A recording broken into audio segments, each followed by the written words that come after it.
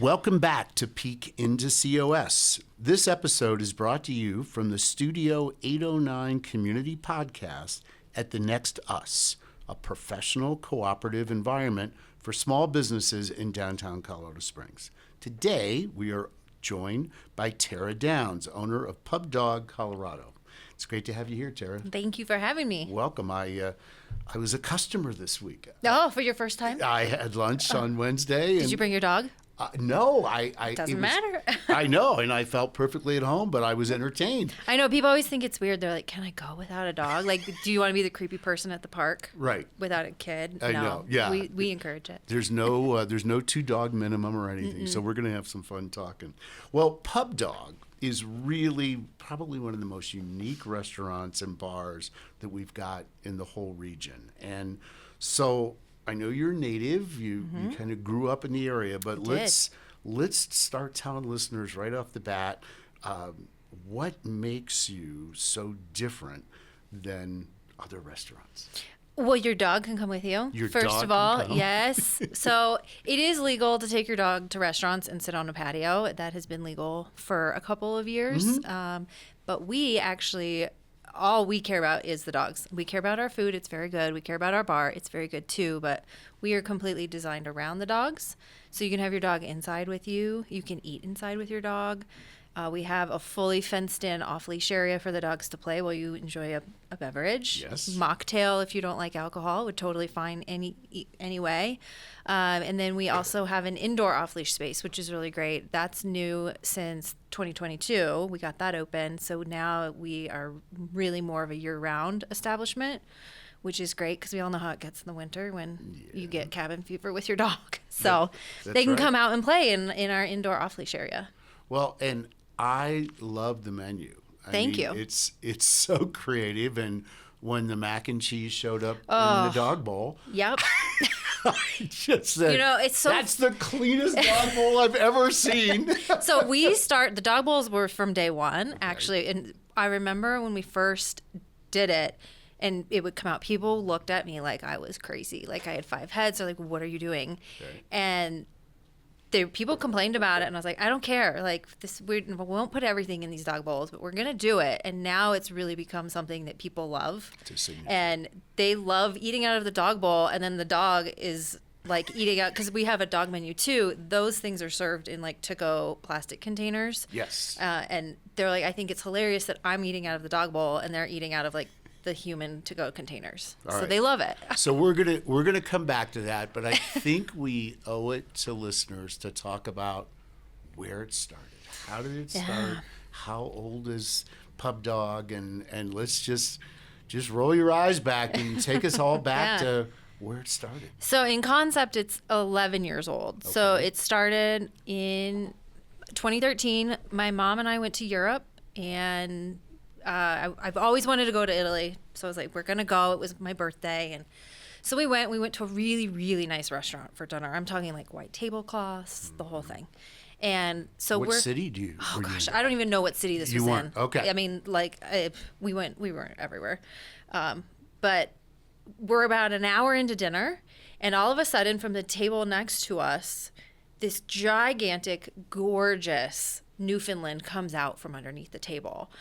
And I looked at my mom with my jaw on the floor, and I was like, was that dog underneath there the whole time? And if anybody's been to Europe, like dogs are welcome everywhere. They can go anywhere. And I just didn't know that. Mm-hmm. And so I came home from that trip thinking, why in the world can we not do this? Like, I don't understand why we can't take our dogs with us, because especially here in Colorado. Yeah. We take our dogs everywhere. So the Newfoundland was so well behaved. Oh my goodness. That you didn't even know until the head popped out. Till the whole body popped out. And this like 120-pound dog is in the middle of the restaurant. And I'm just thinking that it was the coolest thing ever. I came home. I'd been in the restaurant industry for quite a while at that point, serving, bartending, literally everything I could do. And I grew up in a family that very business oriented. My dad had many, many businesses in his lifetime. And so I was telling him about it. And he's like, all right, here's the deal. If you do the research and you can prove to me that this will work, I will help you. Okay. So I spent probably 3 or 4 months putting together 65-page business plan just for my dad. Right. And when he looked at everything, he was shocked. You know, when we looked at the numbers of like people spending money on their dogs and beer and all of these things. So he's like, okay. And that kind of started the process that turned out to be about 4 years from that moment to the day we opened the doors. Okay. It was not easy. Sure. It was so Sure. hard. I always like to say we were jumping through flaming hoops for 4 years. Yeah. Well, so. and talk a little bit about the building, because when you pull up, and tell people where you're located, so you know they've got it in their minds. Yeah, we're on the west side of Colorado Springs. I grew up a little outside of the Colorado Springs area, so I've always thought that the west side is the best side. Yes. So I love the west side, and we are on Bott Avenue, 2207 Bott, if you want the address. But the building design is really all my dad's vision. He was in real estate for a really long time. He was a builder, and when we were looking for a land area, we found this lot that we got.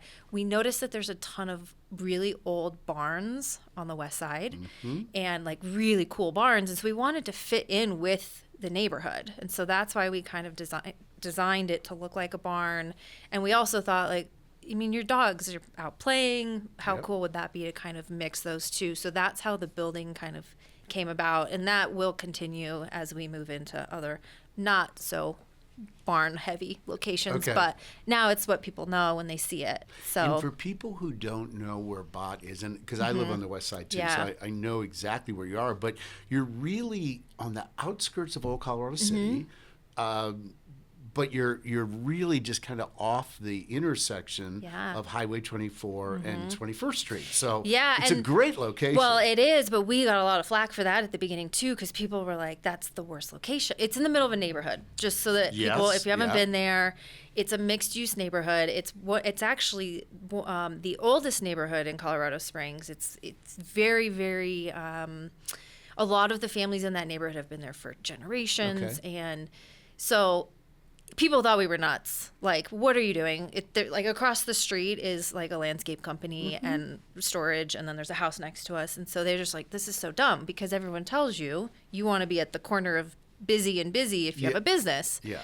We knew that this was a completely different thing, because we didn't want you to sit on a corner of a busy street and not be able to hear each other talk. And when you're with your dog. And you're with your dogs, and you don't know. want your dogs freaked out. Like, dogs get freaked out by crazy things, Yes. and you have one car go by with the muffler. So in and some ways, what you're really saying, Tara, is that Pub Dog is a destination bingo. in and of itself. It is. Yeah. Yeah. I mean, you're probably not going to be going down Bott by chance. I mean, Unless you're going to that amazing German bakery, Yes, that's true. which That's a we great- get people going there too. Yeah, they're a great neighbor. Oh, yeah. But so going to Pub Dog, people are looking for you. Correct. That's Yes. okay. And that so makes a lot of that sense. everyone did think we were crazy, but now we know, like you said, they search us out. They come to us. Sure. And it was also kind of by design, because we knew if we could make it in that spot, then we could put one pretty much anywhere. Yeah. And people would find us. Okay. So it's been really helpful in future planning as well. So for people who live here or are coming to visit, they have to know that Colorado Springs is often named in the top dog-friendly cities in the country.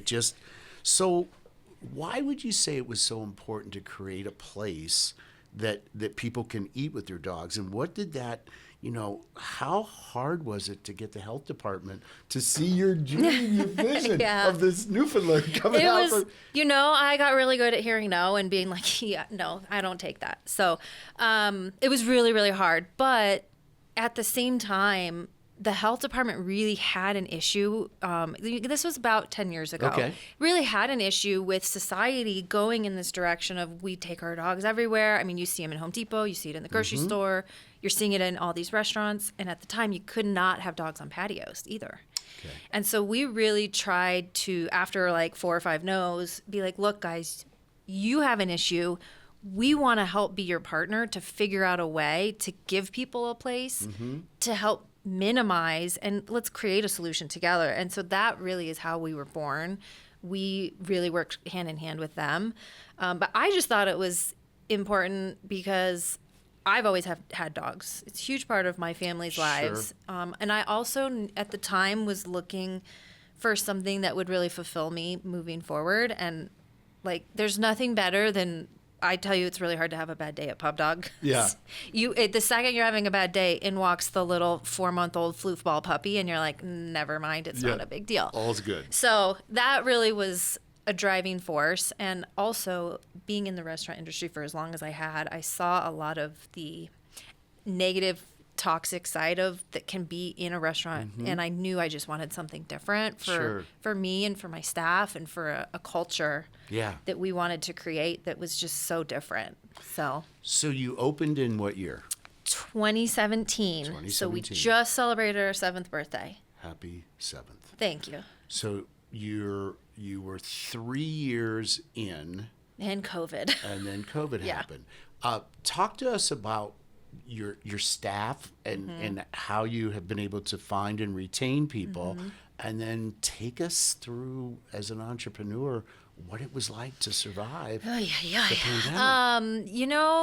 COVID was interesting, I think, for everybody, right? It made everyone look at things in such a different way. We initially did shut down, just kind of like everybody, and it was me and my general manager at the time. We were open for like 4 hours a day, just doing takeout, and she would work a day, I'd work a day. And but what was really interesting through that time is we were getting phone calls through the entire lockdown of people who just needed to get their dogs out. They're like, "Can we just bring our dogs to play? Are we allowed to do that?" And we were over here like, we don't know. We don't think so. So we didn't let anybody. But the second that we were allowed to open, we actually were busier than we were before COVID. Wow.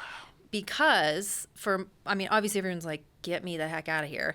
But our tables were already distanced. Yeah. We were mostly outside at that point. So all of the things that we had to do as a society, or that we chose to agree to do, we were already doing. Yeah. So it didn't affect us in any way, shape, or form. We didn't really lose any business that summer, which was wild to me. I couldn't believe it. This was the summer of 20. This was the summer of 20, which and then 2021 was like, we were off to the races. Well, just as a reminder for people who may not know this, Colorado Springs, we are really known for our outdoor recreation, our trails and open spaces. And in August of 2020, we were running the highest occupancy in the country because people wanted to be outdoors. And that's what they knew about Colorado Springs.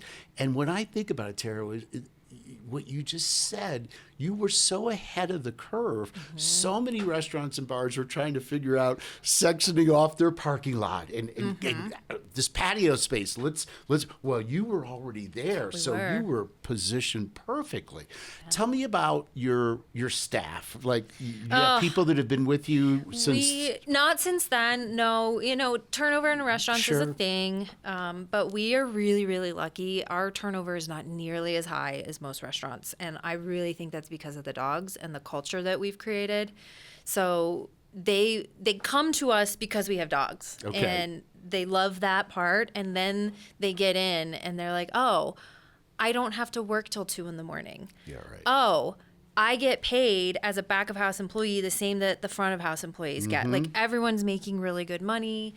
Everybody has time off. We're really big on work-life balance. Like, we want people to not be there all of the time. Sure. It's a lesson I had to learn in my early 20s that was very hard to learn, and I don't want them to have to learn the hard way. Sure. So we're really big on that, and I think our employees see that, and they love that. So, yes, obviously you have people that come and go, but we have had a way less, I think, than most restaurants. I would imagine that the interview process at Pub Dog is probably a little different than the typical restaurants that you and bars that you grew up in. How do you, so someone comes to you and they say, "Oh, I love dogs, I want to be here."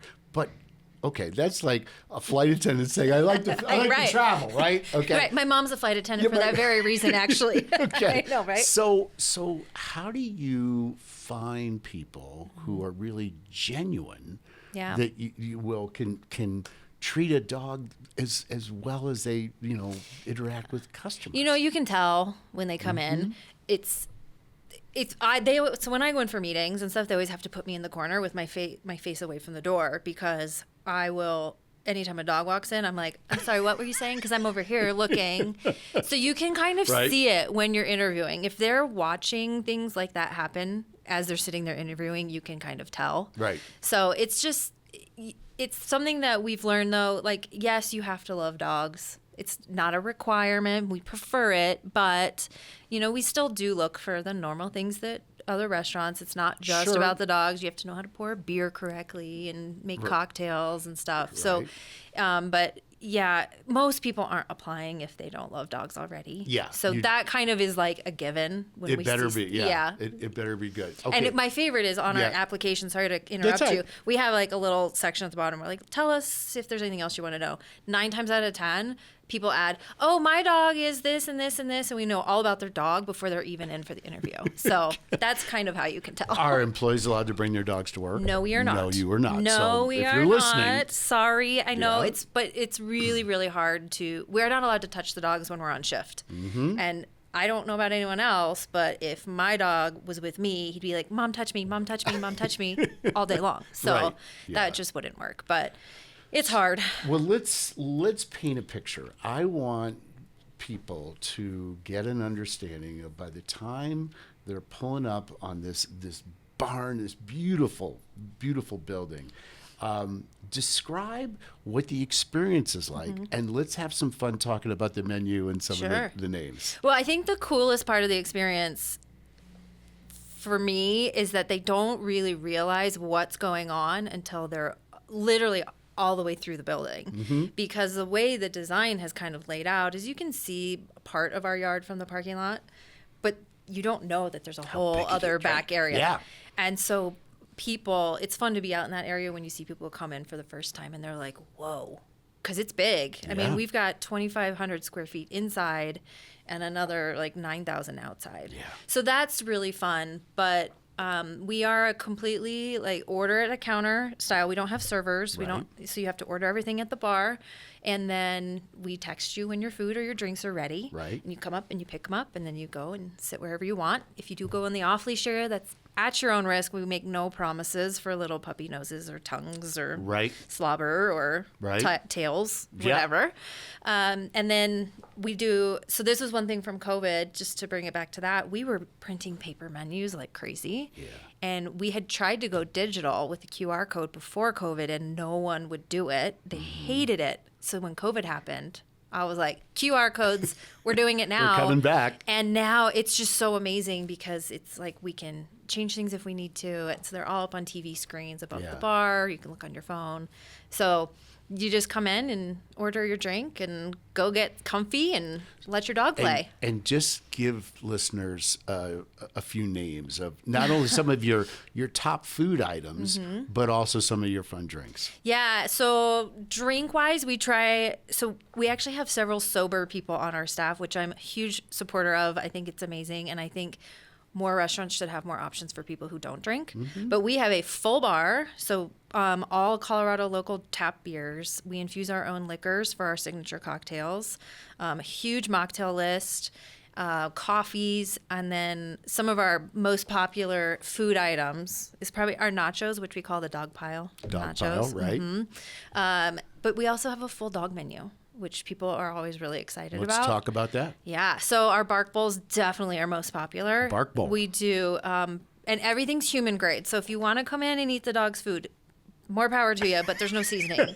You might want to put some salt and pepper on there. There you go, exactly. But we do brown rice and carrots in that, and then most people will add a puppy patty, which is a little 2-ounce burger on top, and they love it. So, or a chicken breast, you can add egg to your dog's meal. We do popsicles and puppuccinos, and so really, really fun. We have dog beer, non-alcoholic beer for the dogs. It's called Best Buds. It's really, really good. So. Oh my God. Yeah, we have fun, and we try really hard to because we could go to town on the names on these menus. Yes. But we're like, well, maybe we shouldn't name everything after a dog. Right. So we try to be very cautious. Well, good balance. Good balance, yes. Are there peak days and times? I mean, talk about like if you can figure it out, can you let me know? yeah, right. So Because I'd like to schedule it, and then I know. But for coming as a visitor, It's so hard. I'm gonna be honest with you. Like, I worked in a steakhouse for a long time, and you knew that Friday at 3 you were gonna get busy every Friday. right. It is not that case. Anything can change what's gonna be busy for us. Mm-hmm. So, if the weather's really nice, it's gonna be busy. If it might, maybe. I don't Yeah. know. Like some days we have days that are gorgeous and we're not as busy, and so I'm just like I don't get it anymore. So I've stopped trying to figure it out. Okay. Weekends are definitely busier. Right. I do recommend if you have a dog who's not, if you're worried about your dog and you want to try it, come on a weekday at like lunchtime is a little easier. We Yeah. always recommend that. If we get a lot of people who do that who are training their dogs, they'll come in the middle of the day. So, but I can't give a real answer to that, unfortunately, because we just never know. And is it dog only? No. Oh, yes. Yeah, no. Well, yes. We are dog only, but I can tell you the people who've tried to bring it, I mean, shocking. A cat All the time. all the time. And we always have to be like, you can't bring your cat. Are you crazy? Like, there's dogs out there. They're going to eat your cat. I had someone bring a kangaroo in once.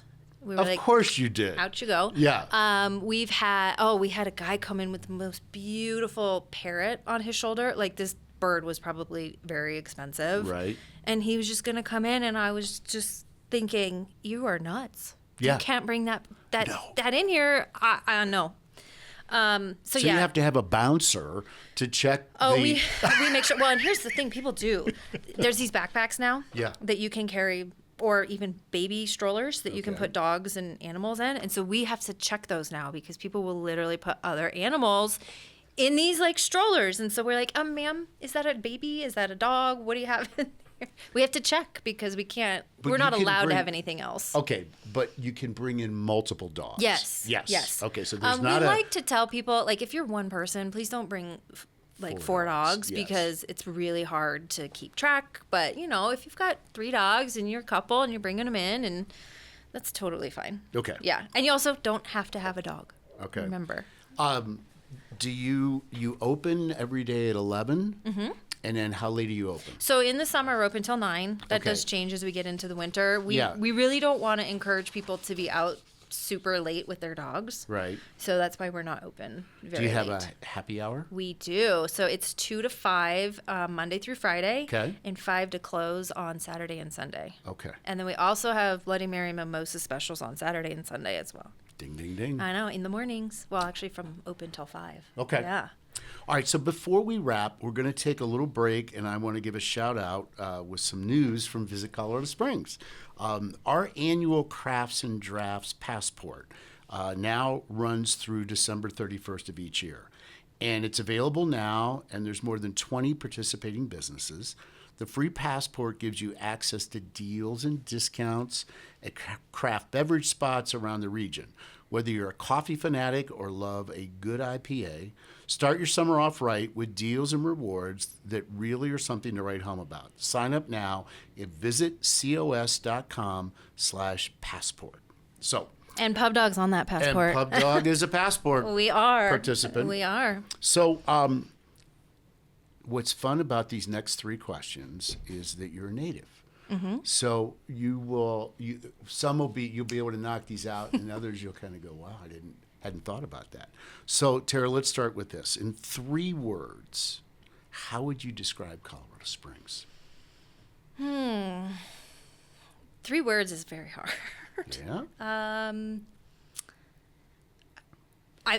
For me, mountains, Yes. not gigantic. That's 2 words, sorry. I went to school in Denver and I hated how big it was there. So I Okay. love that it's not gigantic down Right. here.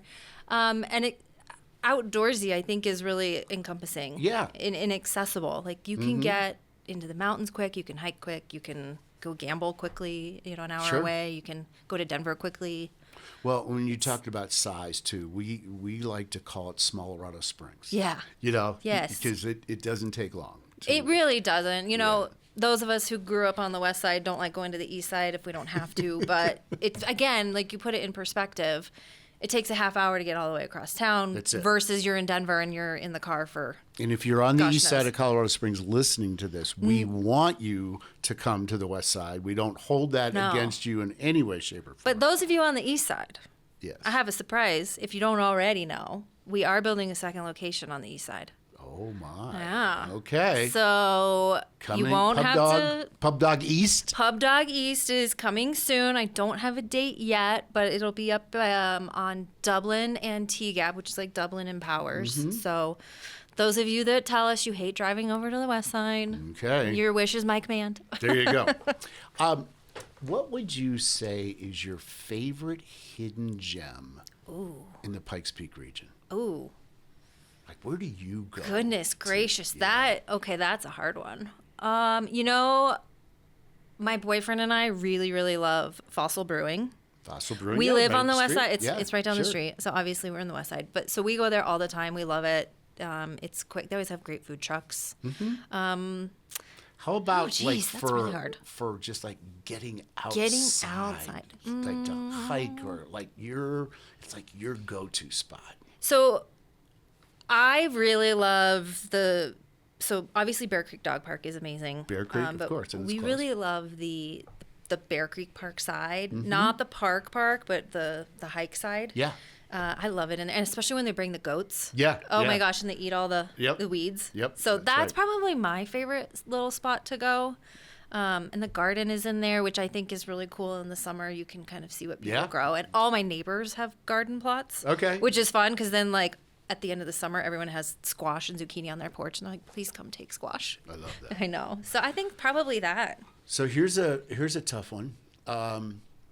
What is still on your Colorado Springs bucket list to do? Easy. That one's easy. It is easy. It is easy. I have never been up the Cog Railway. I haven't. I've lived here my whole life. I've driven up Pikes Okay. Peak, but I've never done the Cog. And Okay. I've always wanted to.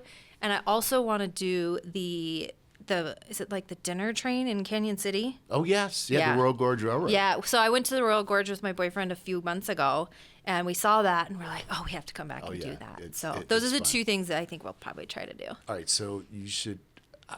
I would hope that you will commit because both of those Yeah. are done and they're worth it. And, Yeah. you know, for those that are wondering, the COG goes from Manitou Springs and runs up the side of Pikes Peak, and at the top now we have a beautiful new Summit House. Yeah, I haven't seen it since and it's been new. obviously, Yeah. so I would highly encourage you. And you now have to that get a you've- donut. Yeah, you got to have a donut. Now that you've gone public with this, Yes. we're going to Oh, hold you to it. great. I'm going right. to tag you guys in Instagram when I'm You're going there. up. That's right. Okay, so to wrap it, what do you want listeners to know about how can they find out more information Mm-hmm. about Pub Dog? What's going on? Are you involved with any contests? What's cooking? So if you want to find us, easiest way is either our website, it's pubdogcolorado, spelled out, .com, or Instagram, Facebook, which is also Pub Dog Colorado. It's very, very active on there. If you're listening to this before June 23rd of 2024, There you go. we are actually in the running right now to be one of USA Today's top dog bars in America. So we made the top 20 as a nominee, and we're really, really hoping to make the top 10. So we really would love any votes. Yep. Again, if you can hear this before the 23rd of June of this year. And they can vote if they go to your website. I don't think I have it on the website. You definitely can vote through our Instagram. We're Okay. posting about. I'm pretty sure Visit COS might be posting about it Yes. as well. So Yeah. keep an eye out there. But I will get. Actually, it is on the website. Okay. I lied to you, and I didn't mean to do that. Sorry. So yes, please vote. We would love to make the top 10. So we have that going on. We've got really a lot of fun events this summer. We're actually going to be doing a homage to Woodstock in August. It's their 55th anniversary. Right. So we're going to be doing Woofstock. Woofstock. Woofstock. We're not sure what it's all going to entail quite yet, but that'll be in August. We're going to have a tie-dye night, and where you can tie-dye matching shirts with your dog and your mom, or your dog and your dad. Yeah. This would be really fun. So just some fun stuff coming up. It's summer. love We it. love summer. That's great. Yeah. Tara, thanks for your vision. Sure. Your spirit. It's so fun that when we get to talk to entrepreneurs that are living their dream and making our destination a better place to live as well as visit. You're playing a big part. So Well, thank thanks. you. And I We hope appreciate people it. will check out Pub Dog, and we just appreciate you stopping by and talking to Yeah, us. thank you very much for having me. Great, Tara. Thanks. Thanks.